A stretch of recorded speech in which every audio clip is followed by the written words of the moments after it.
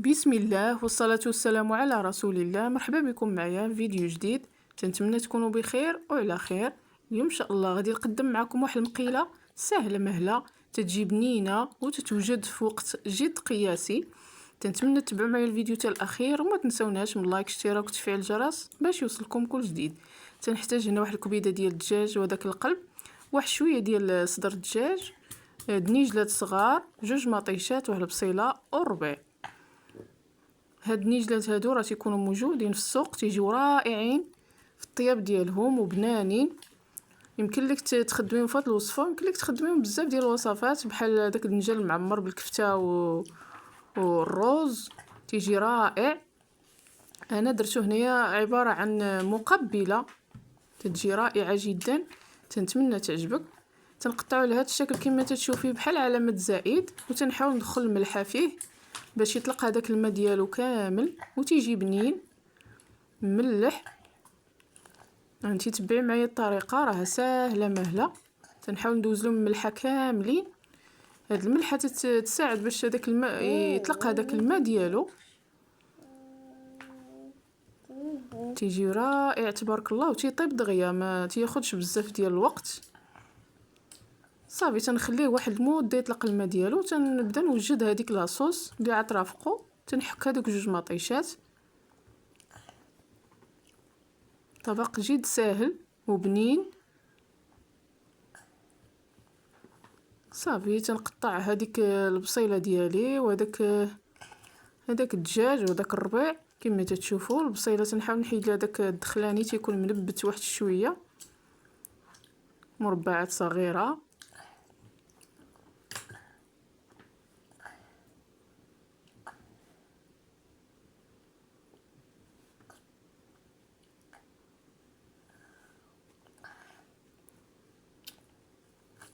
تنقطع هذاك الطريف ديال الصدر ديال الدجاج، غير طريف، نقولي الربع.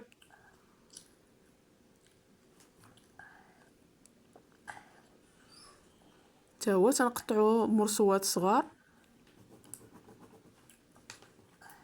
الدجاج من بعد ما غسلناه طبعا بالحامض الملحه سكنجبير ورقدناه فيهم باش تيهرى وتيجي بنين وتتحيد منه ديك الزفوريه ديالو. تناخذ حتى هذيك الكبيده ديال الدجاج هي تنقطعها طريفات، تعطي لها الطبق واحد اللذه خطيره.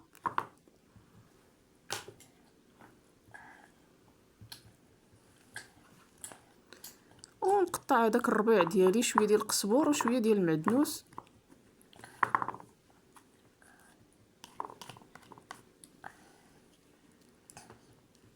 صافي ملي وجدنا هذا الشيء هذا ديالنا قطعناه، غادي نمشيو للمقيله كما العاده. غادي نديرو فيها القليل من الزيت. تنضيفوا هذيك البصيله ونشحروها مزيان ونسدو عليها باش تهبط وتحمر على هذا الشكل هذا. تنضيف هذاك الدجاج ديالي وهذيك الكبده ديال الدجاج حتى هي تنشحرها مع ديك البصيله.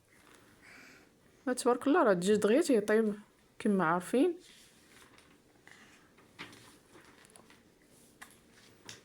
الدجاج الرومي دغيا تيطيب، ما تياخذش بزاف ديال الوقت. تنسدو عليه حتى تيتحمر مزيان.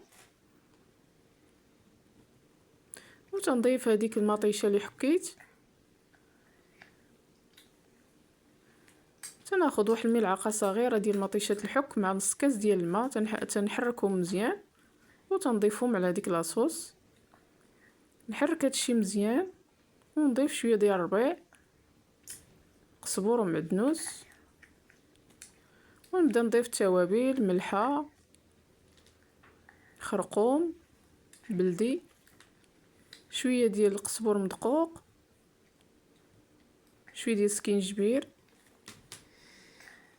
شويه ديال البزار، شويه ديال الثومه بودره مصوبه في الدار، صوبتها على يدي. الا بغيتو الطريقه كتبوها لي في التعاليق وغادي نوريكم الطريقه. وطبعا شويه ديال التحميره تتجي رائعه، ما فيهاش اضافات. الحاجه اللي تتصوبي في دارك احسن من هذيك اللي تتشري. تنسد على هذا الشيء وترجع لهذوك الدنيجلات ديالي تلقاهم طلقوا هذاك الماء ديالهم. تنحاول نشفهم مزيان من هذاك الماء. هنا علاش درنا لهم هاد الطريقه، باش ملي نجيو نقليوهم ما يشربوش لينا الزيت نهائيا، ما تيشربوش الزيت الا حيدتي لهم الماء ديالهم. والطريقه هي متى دير لهم شويه الملحه وتخليهم واحد شويه راه تيطلقوا هذاك الماء ديالهم طبيعي. هنا تناخذ شويه ديال الدقيق فيه شويه ديال الملحه، وتنحاول ندخل هذاك الدقيق لداخل في هذوك الدنيجلات وندورهم في هذاك الدقيق كما تتشوفي معايا، باش ملي نقليهم ما ياخذوش الزيت بزاف ويجيو زوينين وبنان. صافي ملي نسالي هذاك الدنيجلات الزيت راه سخنات، غادي نرميهم في هذيك الزيت ونقليهم. راه دغيا تيتقلاو ما تياخذوش الوقت بزاف. هاد الطبق هذا راه 10 دقائق يمكن لك توجديه. صافي تقلبيهم على هاد الجهه وعلى هاد الجهه حتى تيتحمروا. وجهدي البوطه، حاولي تجهدي البوطه باش باش دغيا يطيبوا ويجيو مقرمشين وما يهزوش الزيت بزاف. ضروري تزيدي في البوطه، ما تكونش البوطه على مهل، تكون مجهده.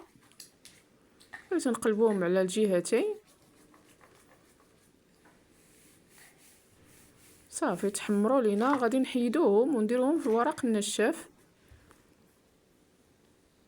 على هذا الشكل تيجيو رائعين جدا. وترجعوا لاصوص ديالنا اللي لقيناها صافي عقادت، تنضيفوا هذوك الدنيجلات وتنحاول ندورهم في هذيك لاصوص باش يتشربوا لينا هذوك المقادير وهذوك التوابل. تيجي رائع الدنجال بهذه الطريقه هذه، غير جربوه تنتمنى يعجبكم. هذا يمكن لك ديريه مقبله وتحطيه في الطبيله ديالك، تزوقي به الطبيله ديالك، او كوجبه رئيسيه. لما لا؟ راه فيها دجاج وفيها كبيده وفيها لاصوص. صافي تقريبا راه وجد. تنضيف عليه واحد شويه ديال القزبر معدنوس هذاك اللي قطعنا قبيله، خلينا شويه زوقنا به. صافي وهذا الطبق ديالنا واجد. تنتمنى يعجبكم وتجربوه في المنازل ديالكم. تنضيف عليه شويه ديال الكمون تعطيه نكهه خاصه. ما تبخلوش علينا باللايك ديالكم واشتراك الناس اللي ما مشتركينش وفعلوا الجرس باش يوصلكم كل جديد. شكرا لكم على حسن المتابعه، والى فيديو اخر بحول الله. خليتكم على خير. السلام عليكم ورحمه الله تعالى وبركاته.